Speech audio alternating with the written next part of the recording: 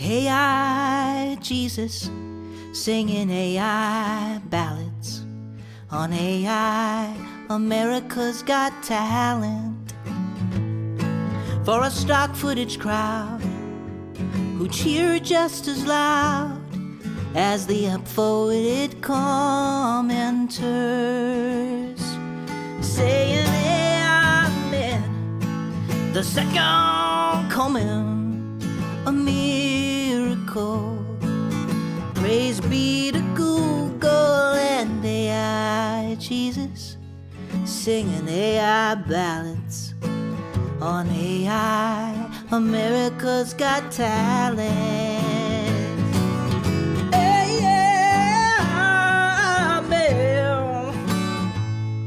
Watch his body pulse and tween between 1,000 body types, so everyone may see themselves in the AI body of Christ, with a voice full of haughtiness like a chunky Campbell's soup.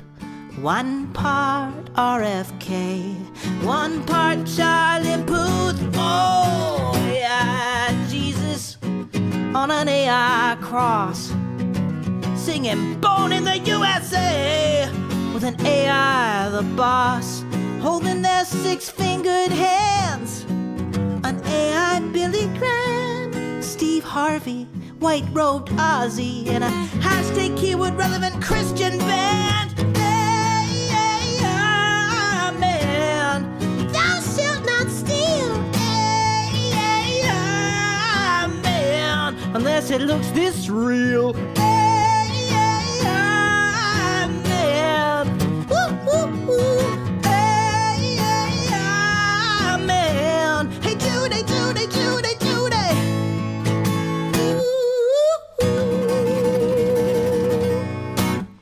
Merry Christmas, everyone. So just as Mr. Norm MacDonald here was a openly, deeply closeted gay man, I am a deeply closeted trans woman. What? No, I'm not. What are you talking about? You dirty dog. This isn't Estradiol. What are you talking about? I says you dirty dog. Because it's Trans Day of Visibility, do they somehow transcend the color light spectrum there? Except this one day. I says you dirty dog.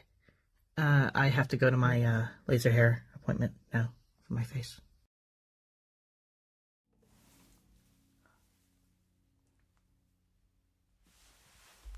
I look a little different right now, but that's okay. Hi there. Welcome, one and one who is all. Taylor Abrahams here. I badly need a haircut. I'm working on it. I'm getting there. But happy Trans Day of Visibility. I'm part of the color spectrum today. When it's no longer such a day, then I become invisible again. Become invisible to the algorithm. And even today, some might say. But here we are. We're going to play some songs. And I'm going to play like 1 or 2 songs. And then we got this amazing interview with Ryan Cassata. And Ben playing a song for Ryan, which is very sweet, and you will not want to miss it. But why don't we start? I'm just going to do all of the trans indoctrination songs. How about? You know what? I'm going to start full hog right now. I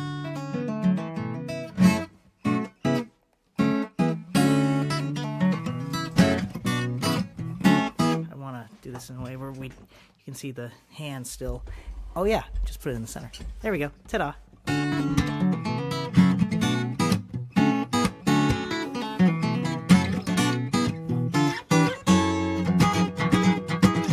Apathy, holding on so steadily. But I know a real love, a real light could turn this stubborn life to easy street. I feel so much shame I could snap, and then Lord out she laughs. Now I'm free, don't even worry about it. It don't matter how it goes. All that matters is you play. All that matters is you go. Don't even worry about it. Pick any key and baby hold on. They're gonna find you, love's gonna find you. You can't shake the feeling. Somebody needs you somewhere just like this. And there's so right about it, you can't shake the feeling. Somebody needs you, yeah. Somebody needs you. Somebody needs you. Hold on. They're gonna find you. Yeah. Love's gonna find you. Ooh.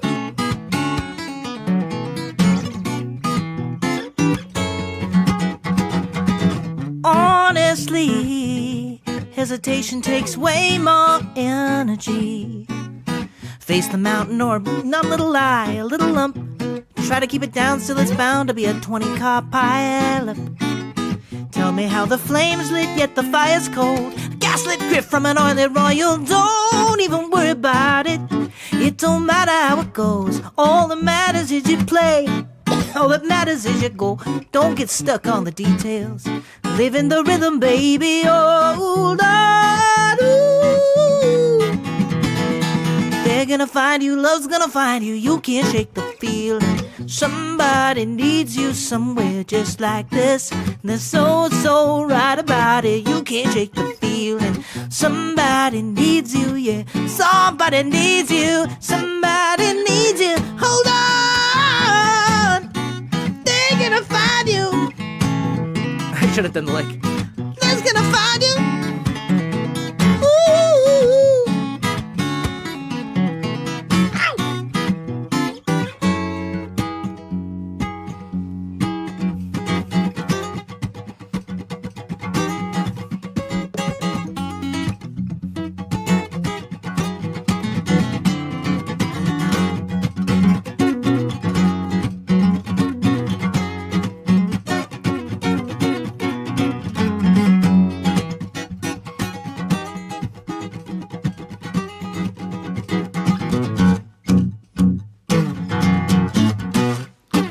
Walks rarely down the street, brim pulled way down low. Ain't no sound but the sound of his feet top, machine guns ready to go.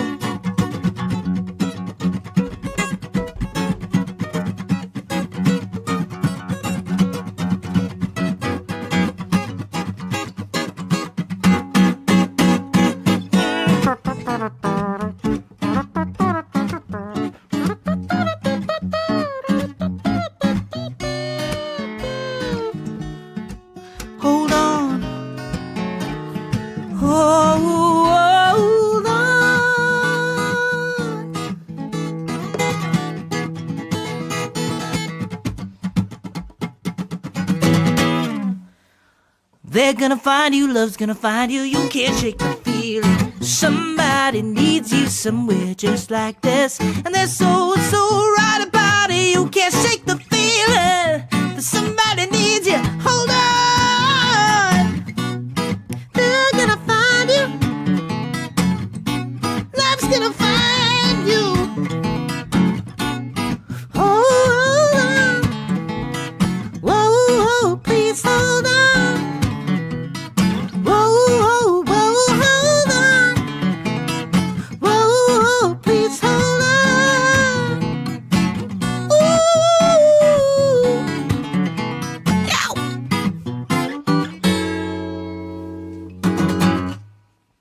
There's a song. Hopefully that's all audible and sounding okay. It's both a day of visibility and a day where I'm like, fuck it, I'm gonna be a little, I'm gonna wing it a bit. I'm feeling not quite under the weather the last few days, but like on the precipice of it. So I keep taking a little oil of oregano because I'm like, I can keep you down until you die if I take a drop of that each day. Let's do one more for you, and then I've got this this interview with Ryan to fill up most of our time today. But yeah, such a joy to be here. Oh boy, if you're here, say hello. Ooh, we got a few people here. This is awesome. Thank you so much. Thank you very, very much.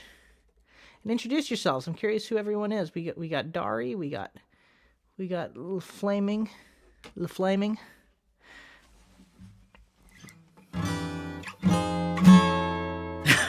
What's wrong with me? I was like, that sounds good, right?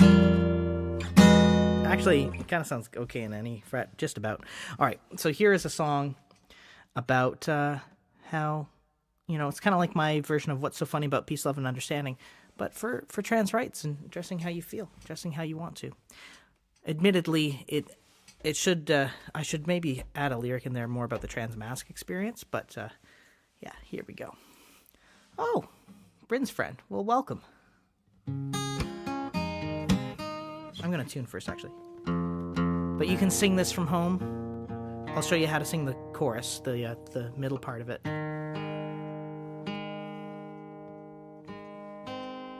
And please join me.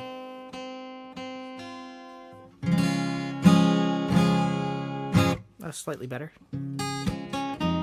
Nah, I'm going to tune this properly, guys. I'm sorry.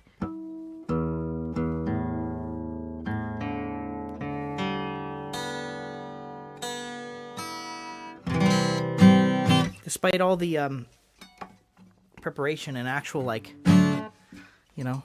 being a special show, I was like, I'm just going to do a song at the front. That's fine.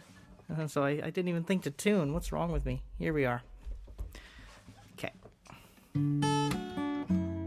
That sounds better. So here's your part. When I go, oh, ooh, let me go. You go, let me go, let me go. Okay, okay. And so, let's try that together. Oh, ooh, let me go, let me go, let me go. Oh, let me go, let me go, let me go. And just one more time each chorus. Oh, ooh, let me go. Not you, just me. Sorry, I didn't explain it very well. Let me feel beautiful.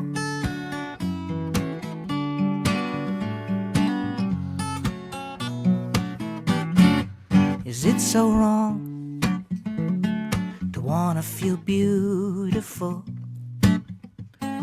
No matter how you're born, finally let the shame go. Share every light in your soul. Deep down we know what Jesus would say.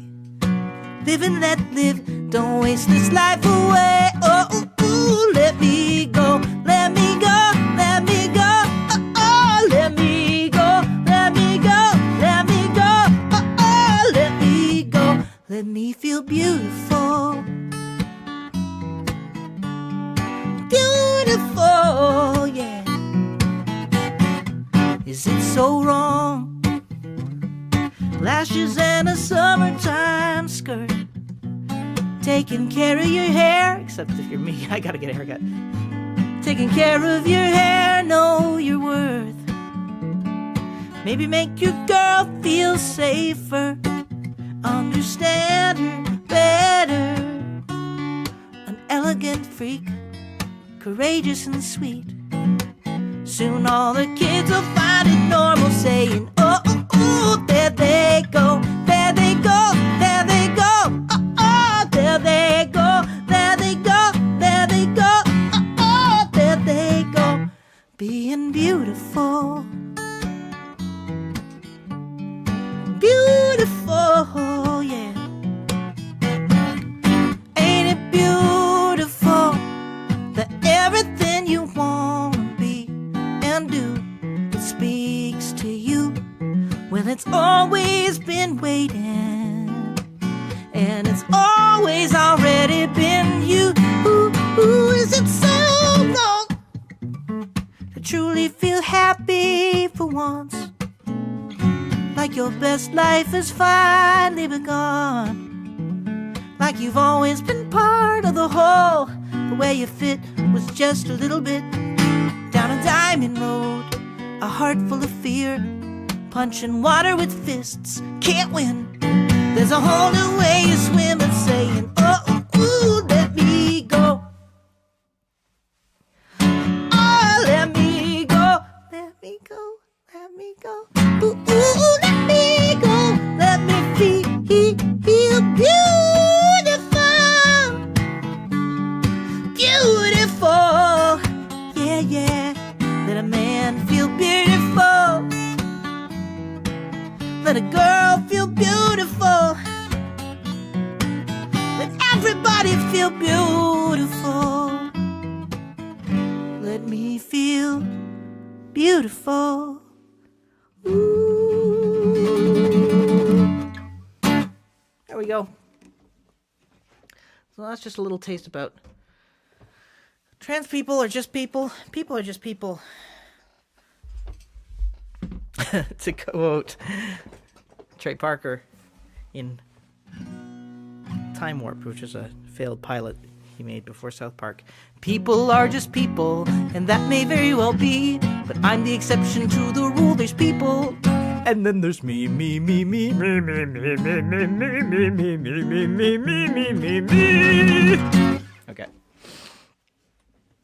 Nah, we're all just people. We're all just human beings. I want to be a human being, not a human doing. And so I will actually switch to this interview in just a second here. I sang all the Let Me Go parts. Thank you very much, Ben. Much appreciated. All right, guys. I'm very thankful to be able to present this to you.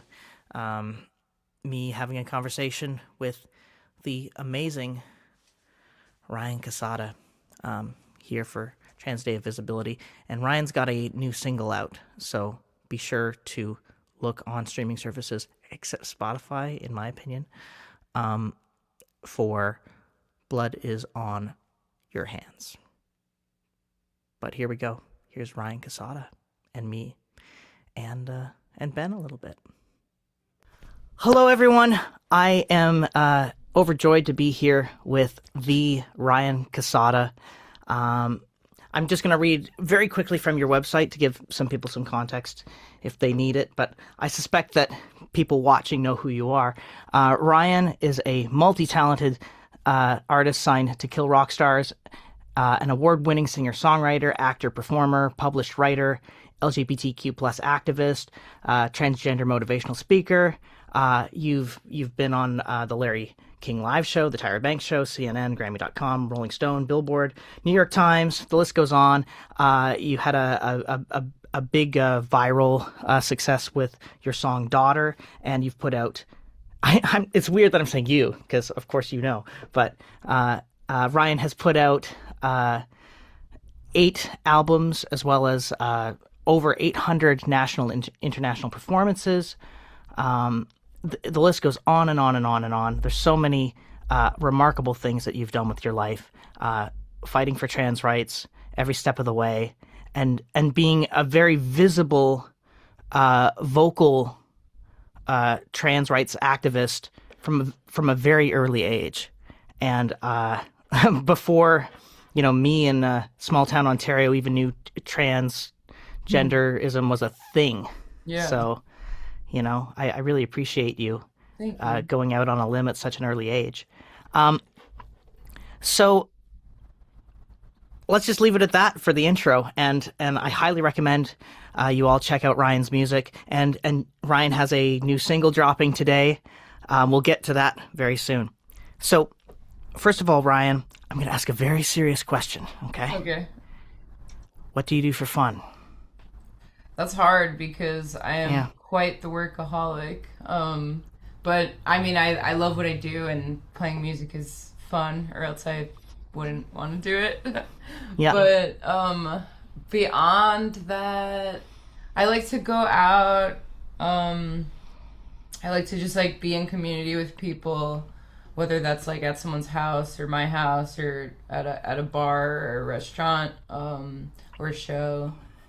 I do go to quite a few shows, concerts, and I like to just hang out with my dog for my easygoing time, and then me and my husband, we're always having fun doing whatever we do together, whether that's going on a hike or cooking or even doing house chores. We managed to have fun. So yeah, I do have a lot of fun, and I think a big part of the reason why we're here is to have fun. So I highly value having fun. We first met, this is our first time ever talking in person, but I just reached out to you spontaneously to see if you wanted to participate in a thing that I put together last year called Fredathon, which is the attempt was every artist in the world. What am I saying? Like artists from around the world performing Queen and Freddie Mercury songs and raising money for Point of Pride, a great trans charity in the States. And you were so kind to contribute a song and something from the 80s, which was desperately needed because so much was from the 70s. So I had to do about 10 hours of, everything post 1980, like on my own for the live stream. Yeah, but, that was amazing. Yeah, it was intense. But you chose "I Was Born to Love You," and I was curious. So is that your favorite Queen song? Are there any other Queen songs that really speak to you? Yeah, I love Queen. I think my favorite song is, man, it's hard to say. I mean, Bicycle is probably one of the top songs. Yeah. And then I'm blanking right now, of course, and I'm It's all put on good. the spot.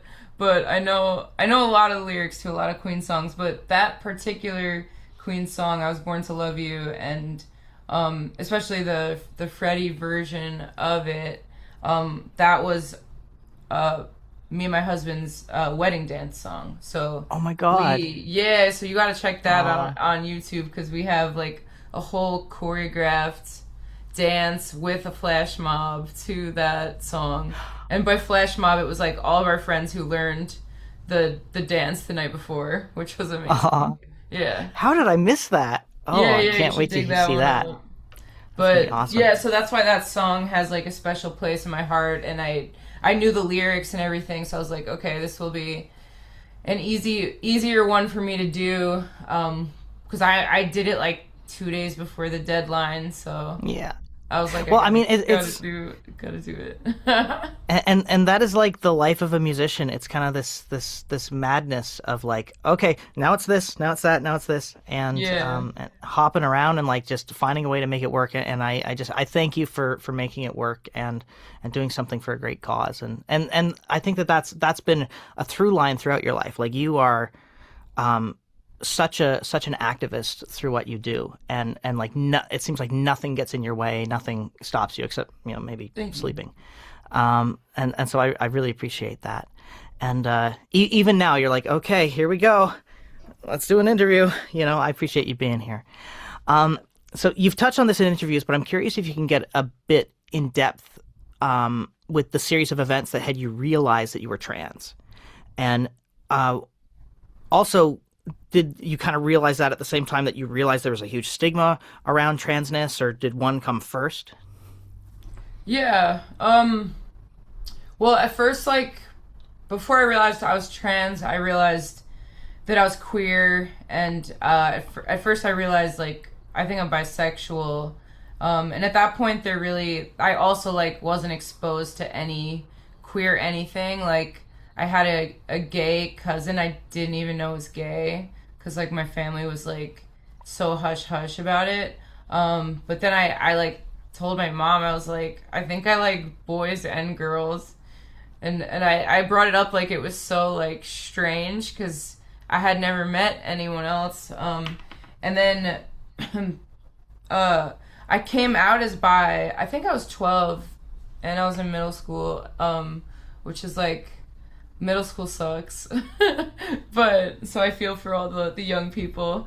But from there, coming out, I was getting bullied so much. Like, I was already getting bullied so much because I was a Red Sox fan in New York, and then I was getting bullied for being queer and bi and a tomboy and all of these, like, everything, and so yeah, I was getting bullied to the point where my mental health was, like, suffering really bad for it, and I had a breakdown at school I was in 7th grade, and the breakdown led me to coming out to also the school counselor, and she was who told me about the LGBT center, which happened to be in my hometown, like, within walking distance from my hometown. And this is, like, that's, like, amazing to me because I grew up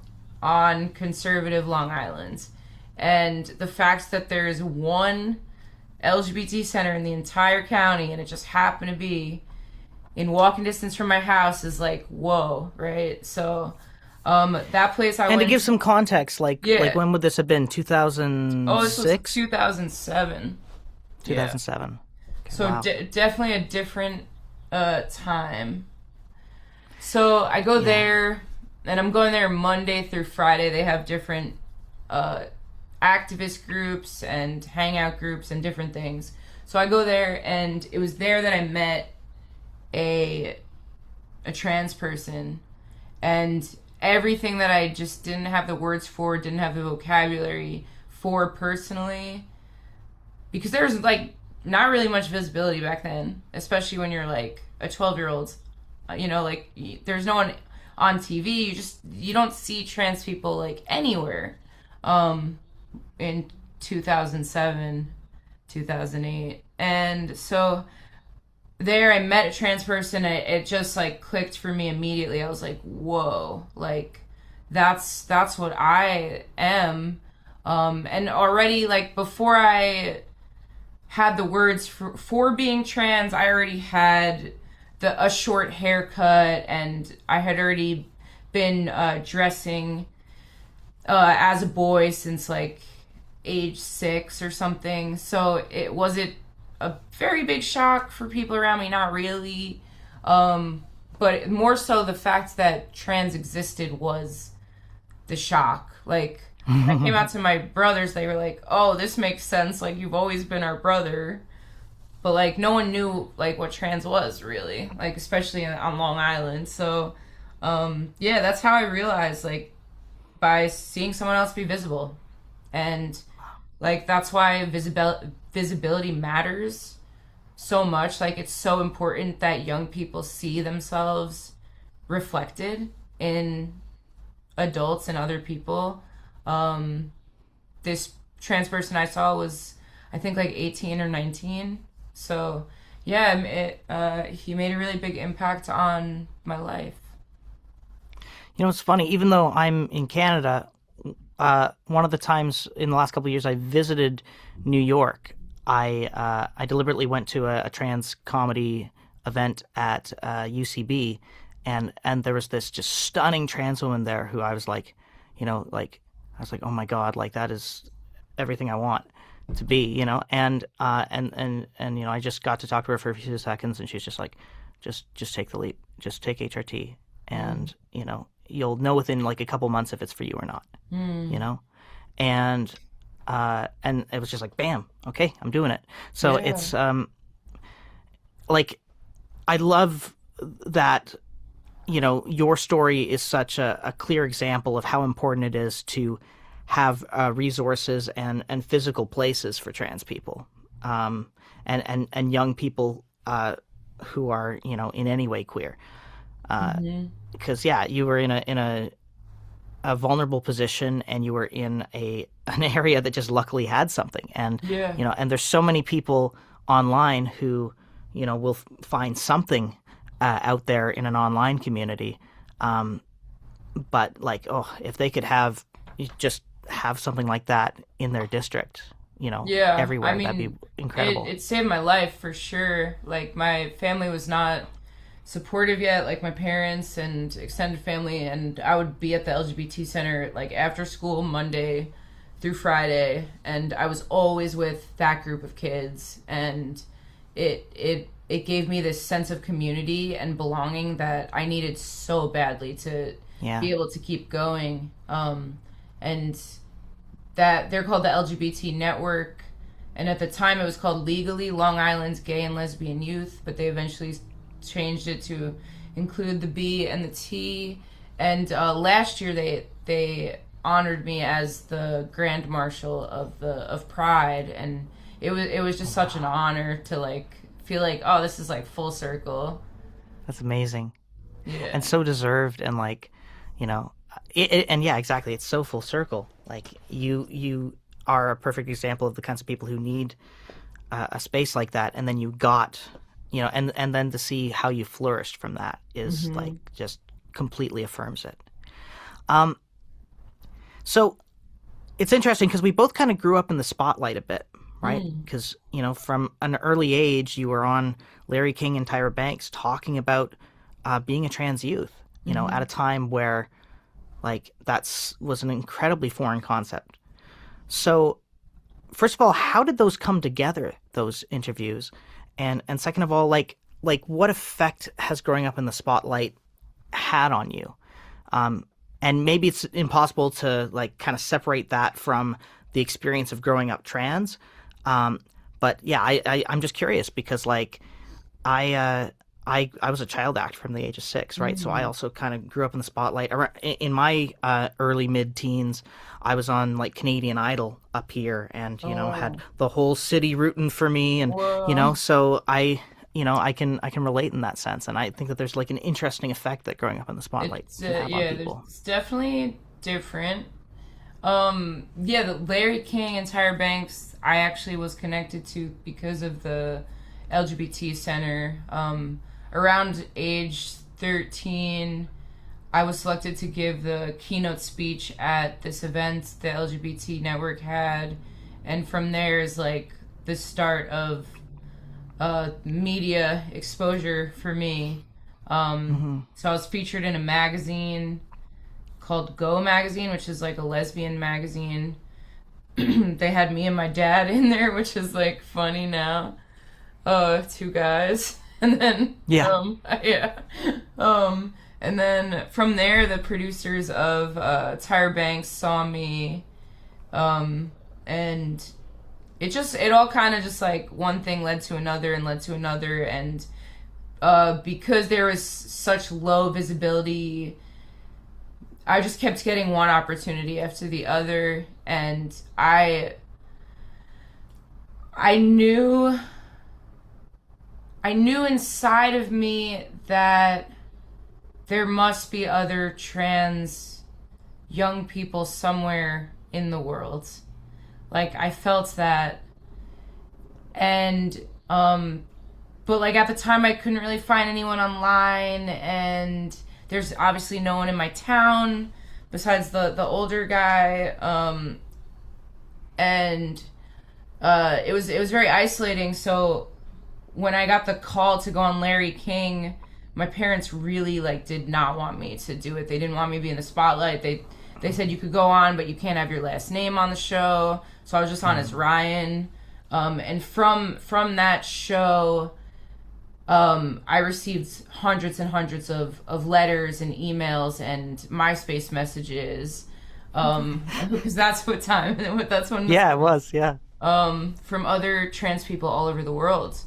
And it felt like, the way that I describe it is it feels like the Police song, A Message in a Bottle. That it seems I'm not alone in being alone. 100 million castaways looking for a home. And when I heard that after that happened, I was like, whoa, that's how this was for me. So that just, it led from one thing to another, and I knew that there was other trans people out there, and I knew that they were probably getting bullied in school too, and I knew that they were probably having a hard time with their families. So I was like, I have to do this stuff. It wasn't a choice. It wasn't a choice for me, and I would just go on and I would share my story. I wouldn't even have a last name. I didn't talk about my music. Like, it wasn't self-promotional at all. Like, I just wanted to be part of making people feel less alone, which is still what I deeply desire to do now. Like, would you say if you were to summarize your whole mission in a sentence, might that be the sentence? Yeah. I think it's belonging is what it is. Like, everyone has this innate desire to belong, and in order to feel like your life has value, you need to feel like you belong somewhere. And then sometimes people get into the wrong type of belonging, like gangs and hate groups, you know? Like, we see this happen, and then we are the targets. But then something so magical happens when you have a sense of belonging in a community that is so uplifting, like I had at the LGBT network, because that essentially started my entire career, really. Like, it started my activism career because I joined the Safe Schools team there and started speaking in schools, and they trained me to like be able to speak to people way older than me, you know, and to my peers. So it was it all like kind of just fell into place. I didn't really ask for any of it. It feels truly like a time and place, and I had enough resilience and bravery to be able to do it. Because looking back now, I'm like, whoa, I was like really brave. Like, I was driving all across the country, like just by myself. Like, I didn't have anyone with me, and I was like not afraid, you know? And it's like, now I would not do that. That is like really sketchy. Yeah. Don't do that. But I was doing that. And speaking of these days, you know, it's I would say this is going to air on the Trans Day of Visibility at the end of the month, and of course it's like it seems like trans people have never been more visible, but also it's such a bittersweet visibility because, you know, it's people policing trans autonomy, and so how do you reconcile that? Do you just kind of keep your head down and keep doing the work? Have you sat down and done some soul searching about like how to keep having hope and faith, and, you know? Yeah, I studied, I went to graduate school and a few years ago for two and a half years, and I studied faith-rooted activism, social transformation, and I studied the civil rights movement, and I learned from that like every revolution, once you start gaining more traction, you start getting pushback from the people that are against you, and that's actually the sign of progress, that progress is coming. And I truly believe that, and that gives me a lot of hope, and it helps me to keep going. And like for me as a youth, like I had to explain who I was to everyone all the time, and there was no like, you know, I would like go to a restaurant with my mom and we'd start like talking to someone, and then they would like want an explanation on what is transgender and like which way did you transition, and like have you had surgeries, and like they would want to know everything, and like and now it's like it is more accepted to be trans, like for the most part. Like these people that have always like been against us have like been there all along. They just didn't even know about us for the most part. But I think there are more supportive people, and I feel like I don't have to explain myself in the ways that I had to explain myself every single day, all day long. If I was out in public, I was explaining to someone, you know? And so I think it is, visibility has made things a little bit better, and it's also made things like a little bit harder in some ways. Like it is like a double. But it's a necessary difficulty. It's a necessary difficulty to keep making progress. So once we get, I love over that way of this looking hump, at it. Yeah, I think that you know, it'll be way better.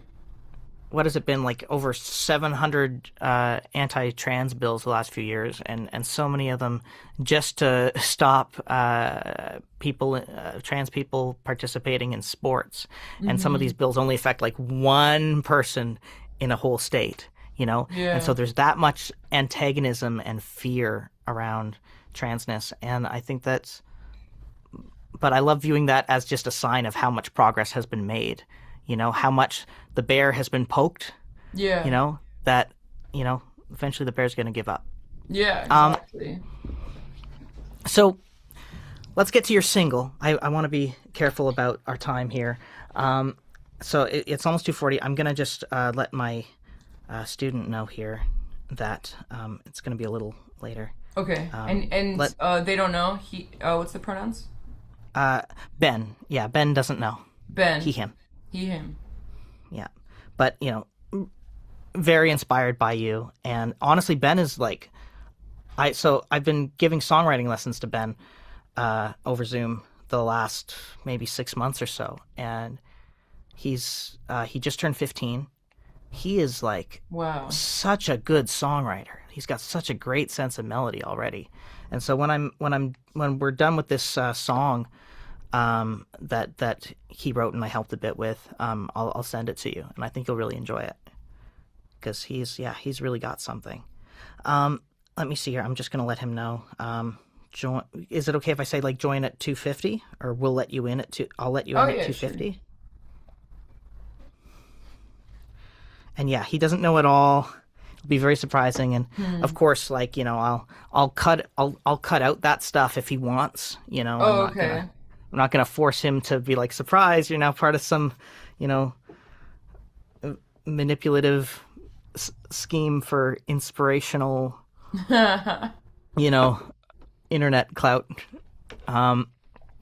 So now you've got Blood Is On Your Hands, the new single coming out today. So from what I could gauge from the lyrics, it seems like it's inspired by maybe some kind of real dance floor experience. But I'd love to know from you, and, you know, obviously lyrics are subjective and maybe deliberately non-specific so that they're universal and all this, but whose blood and whose hands? Yeah. So the song, the chorus is the starting place, and that's like what I came up with first. And I wrote this with David Scott Stone, who was in the Melvins and LCD Sound System. So he and I wrote the music together, and I wrote the lyrics. So the lyrics, the chorus it's started in a place of being about the government, like, hey, like, we're actually just trying to like live our lives and have fun, but you're making all these laws and like people are dying. So that was the initial meaning, and I wrote a verse around that, and then I was like, wait, there's like actually a way deeper meaning here, and I'm gonna rewrite both verses, which is something I rarely ever do. So the melody changed and the lyrics changed for the verses, and the verses I wrote inspired by the Club Q massacre. And so this song is like, it has a really like upbeat feel to it, but lyrically it's really devastating. And I wrote it from the perspective of Daniel, the bartender who was murdered in Club Q. So it was my imagined perspective. I was not there, but it was an event that like deeply rocked me, and I felt a lot of grief from it, and still do, and was driven to write this song years later. And it is something that like the queer community needs to always remember, because yeah, I mean, we have to like, one, honor our community and know that like we're in a really rough time as a community because of the hate, especially this like anti-trans and queer rhetoric from the United States government, which drives so much of so many people's hate. So like, let these events be what drives us into activism and what drives us to reach out to our community more, and drives us to help each other feel more welcome and more safe. Like we create our own safety essentially. So that's part of why I think it should really be remembered. And I had my friend Jezediah do a verse on the song. We've known each other since we were teenagers at bands camp in Queens, New York, and his verse is just so incredible to me. And it ends with, if I die for being me, make sure they say my name. And it's just so profound to me.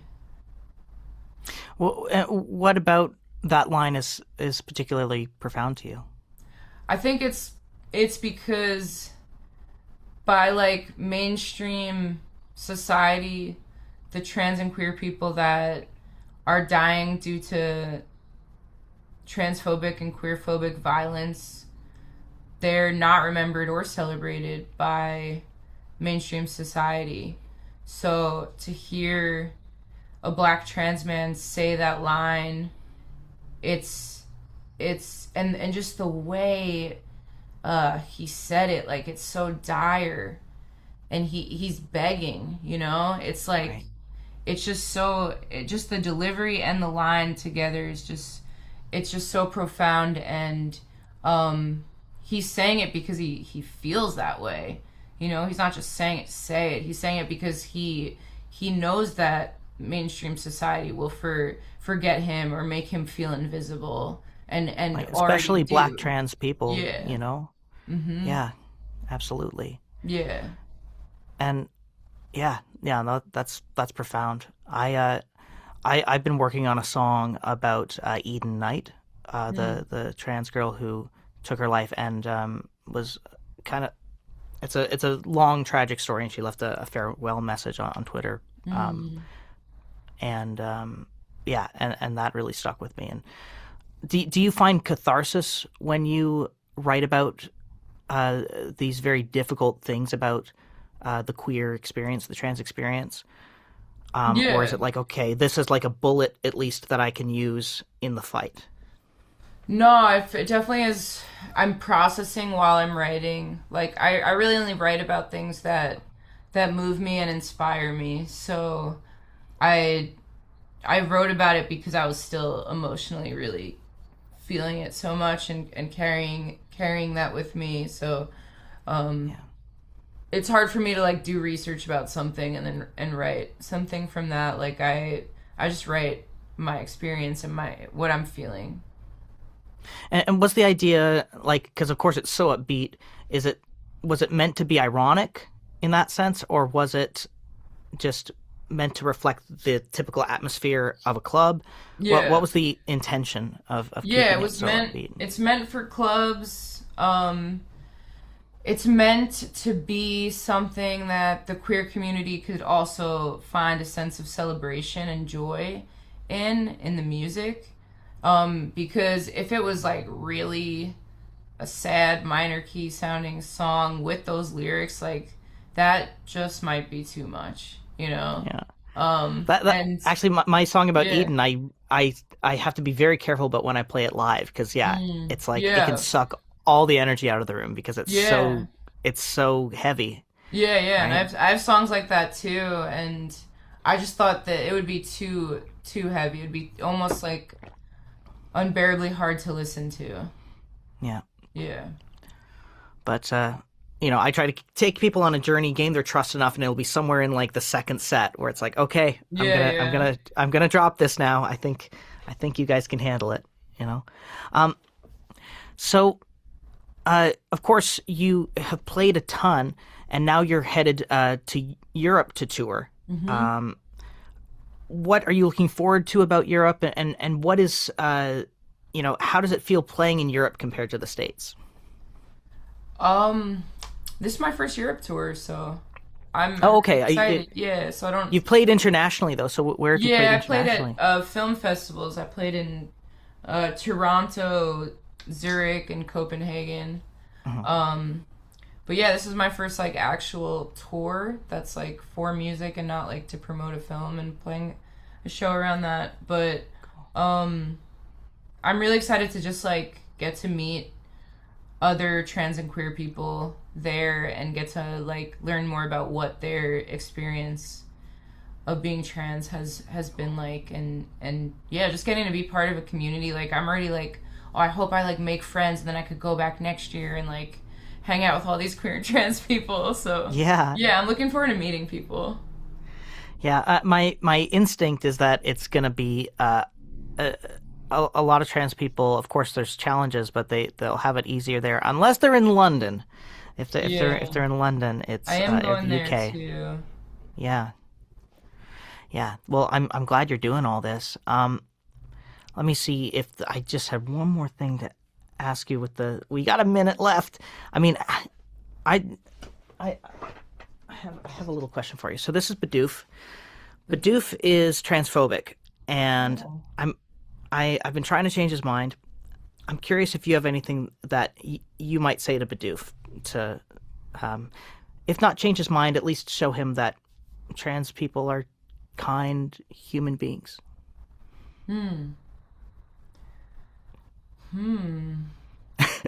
That's hard. I mean, I would maybe play a song. And I like songs. yeah, I would play a song because I think music is the universal language, and it's a place where we could all relate to one another. So I think that is what I would do. All right, Bidoof, I'll put Blood is on Your Hands on Tidal for you to hear. Not Spotify, because Spotify has blood on their hands. So will you listen to it? Fine. All right, good. So we've got... I'll give you an update on how that goes with Bidoof. Let me know. But is there any last thing you want to say, given that it's Trans Day of Visibility, just any message you want to leave trans people with? Yeah, stay visible.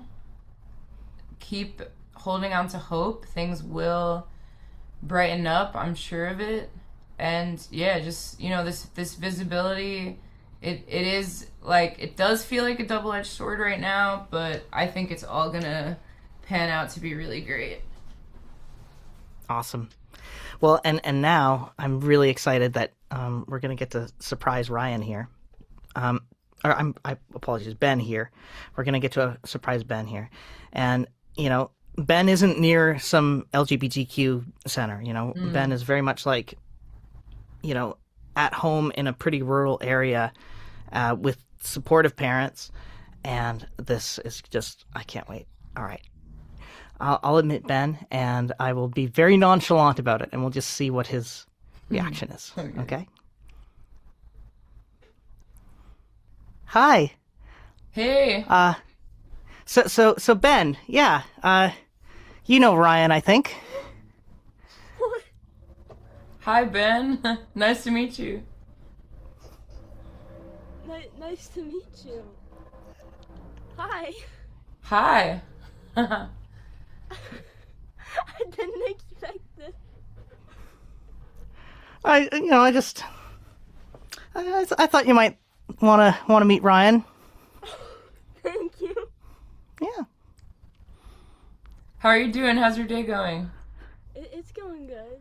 It's going pretty good. How are you?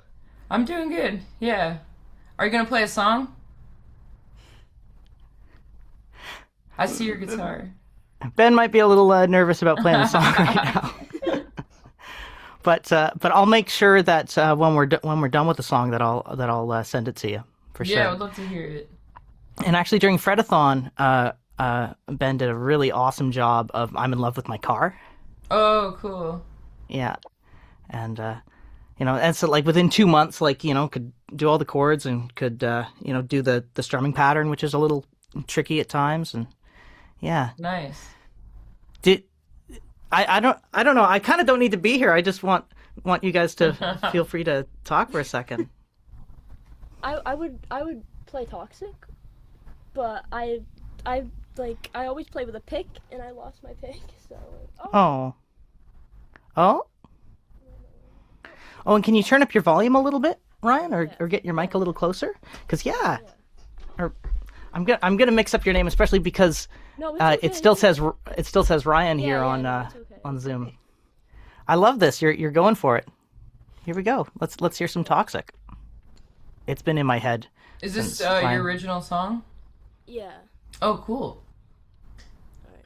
I trusted her with my heart, then she goes and tears it apart. I know that we're still young, but I wanted to work it out. She talked to another guy behind my back, and then I asked her, was everything alright? Devil in disguise, getting bad, and cause when you meet somebody you don't even care, I ignore all the signs just to have her there. Even though she's toxic, I can't help but want it. I can't help but want it. I can't help but want it. Can't help it. Sorry.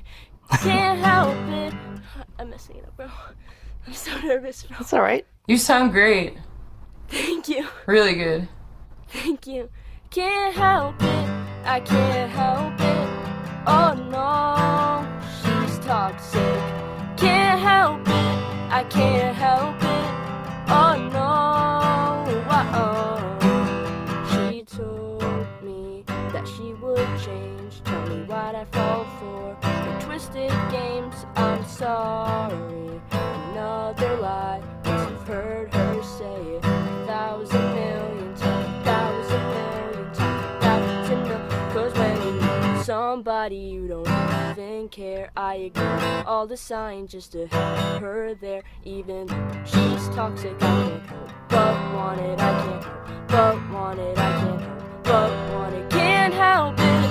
I can't help it. Oh no, she's toxic. Can't help it. I can't help it. Oh no.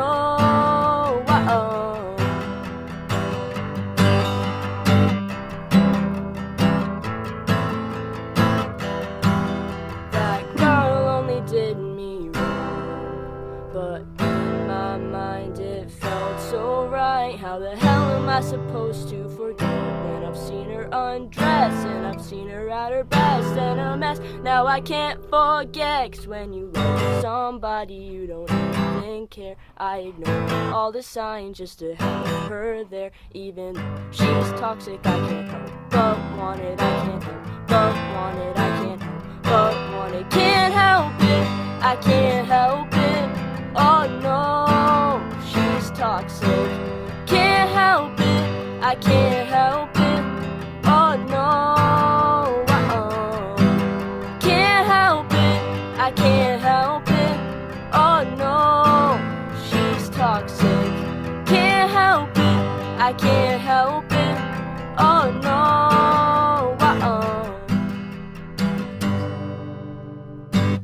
Woo! That was amazing.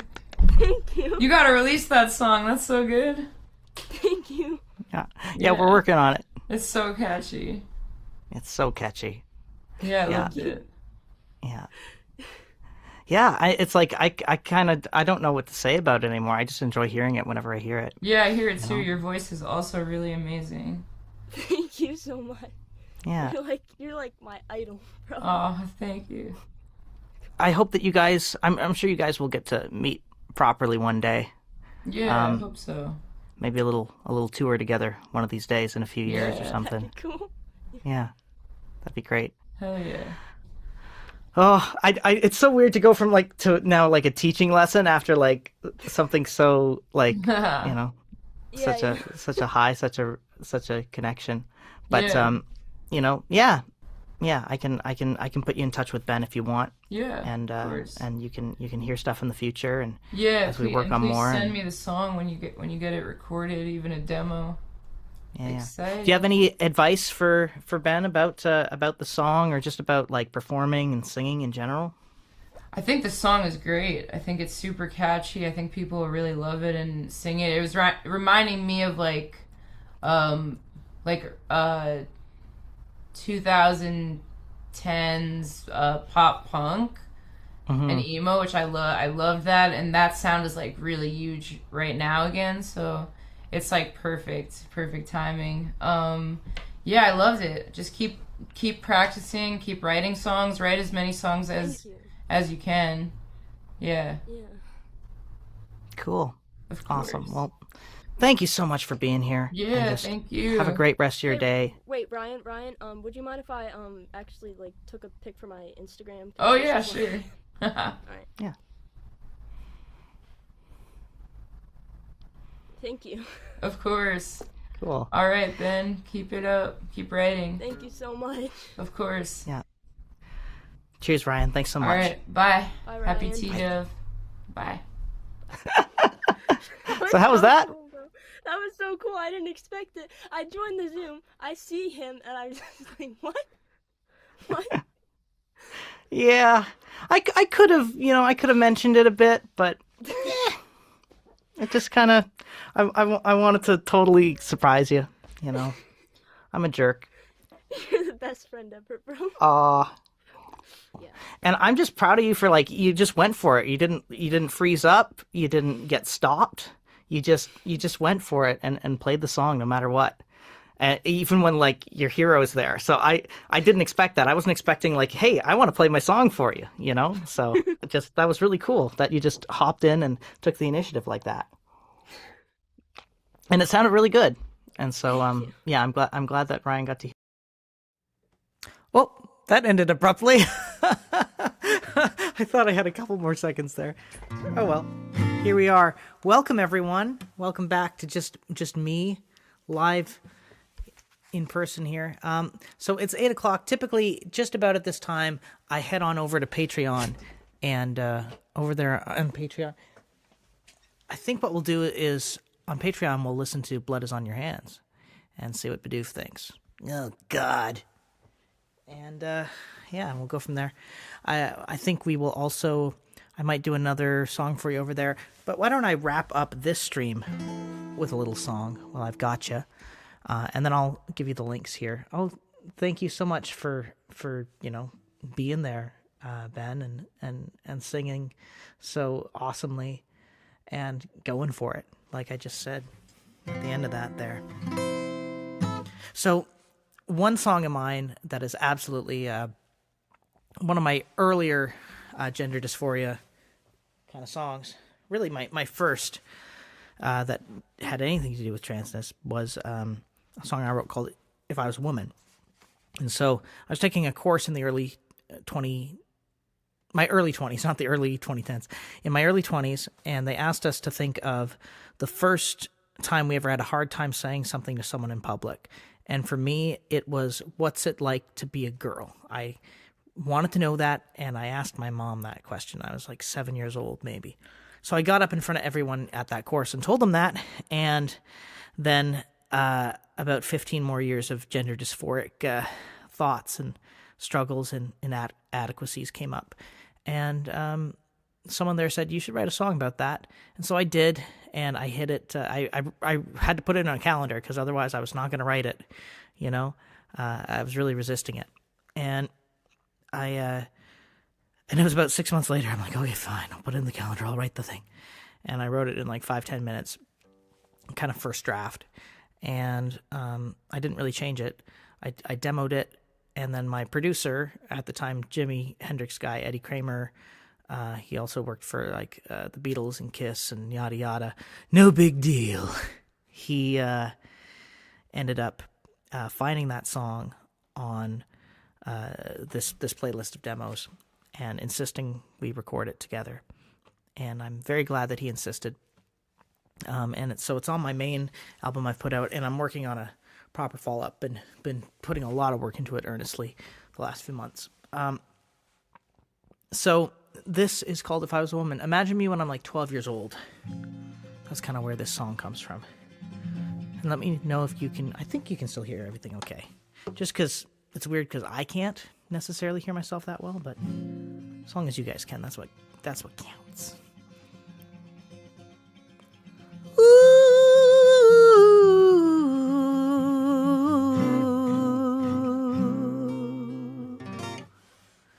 If I was a woman, soft hair in the sun, feel my figure, feel my smile, watch the boys turn and run. If I was a woman, ooh, maybe my voice would make sense. Maybe I'd be glorified by some fancy inner city guys before they grind me into bits. Tell me why I so wanna be objectified, better than thoughts that would eat me alive. Tell me, what can you say to a 12-year-old boy who learned to hate himself 'cause he wanted to wear a dress, but it wasn't allowed? And the more he saw his kind, the more he thought they sucked. The wars they caused, the women they struck.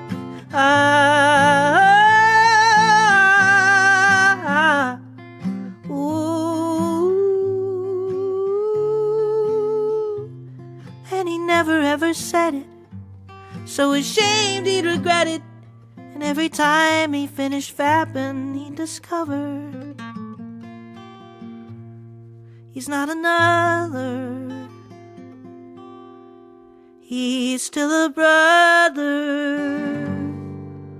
Oh,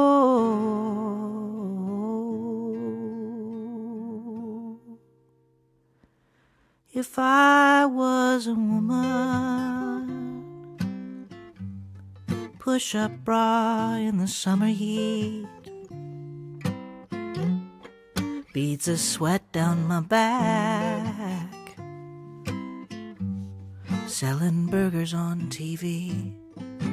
Ooh, torso like a twig, lighting up a sink. Terrified, walking alone tonight. Forever secretary, her dishes done in solitary. Just as equally messed up, just as equally fucked up woman.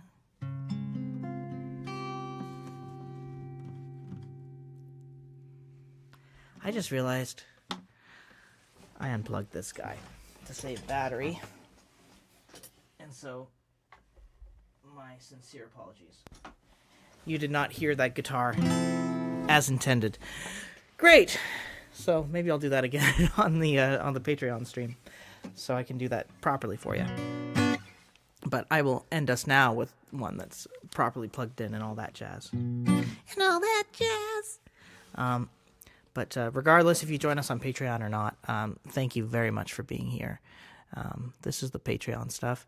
And also, if you want to just contribute to the stream, help me keep justifying doing this, because we live under capitalism, and it means that I've kind of just been doing this as an altruistic thing this whole time. We've done 7 of these so far, and I haven't made a cent. So if you'd like to contribute, that would be greatly appreciated. PayPal.me/TaylorPayEH. That's the PayPal link. You can also just find something on Bandcamp, maybe, contribute there. The absolute best way to support what I'm up to is Patreon.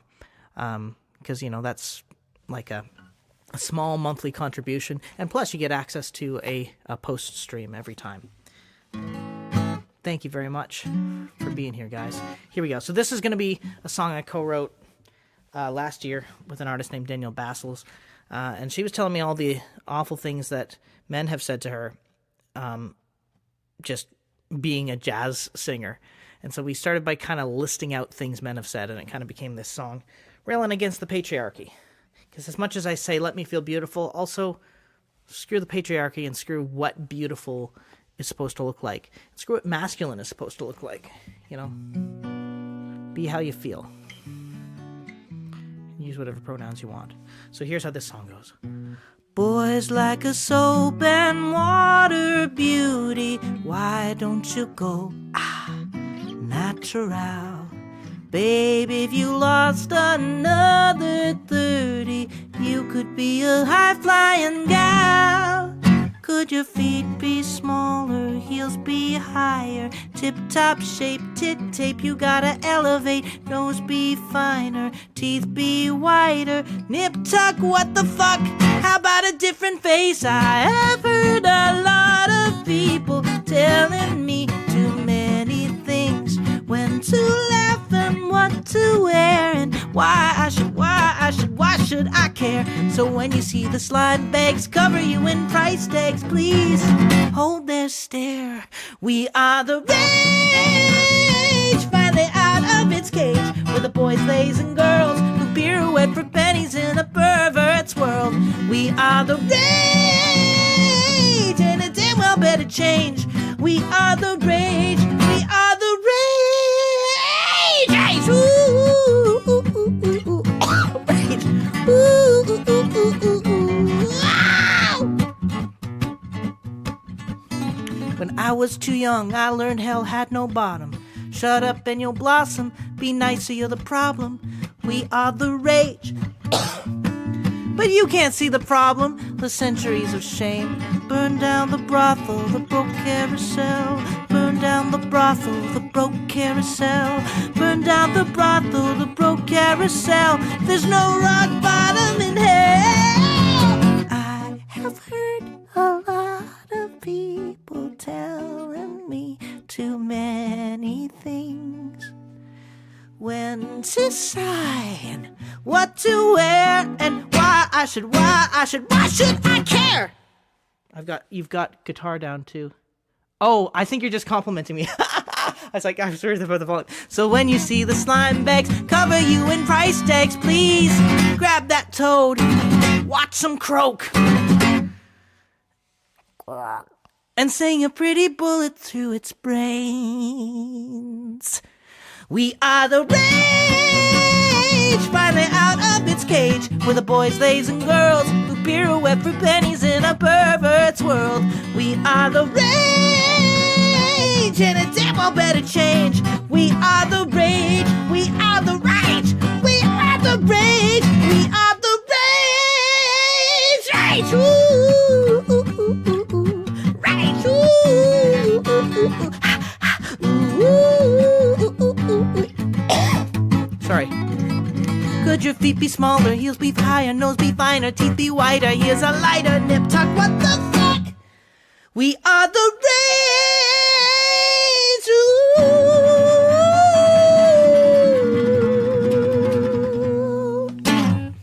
There we go. Well, it's been a pleasure to play for you. I've been Taylor Abrahams. I want you to let out a big cathartic rage scream from wherever you are. Rage! Protect, be kind, and rage against the dying of the light. Do not go gentle into that good night. All right. So one more time, here's the links I'm about to go over on Patreon. So that's that. And of course, they're below too. So hope to see you there. Happy Trans Day of Visibility. Thank you very much for being here. I've been Taylor Abrahams. I love ya. Good night. And good luck.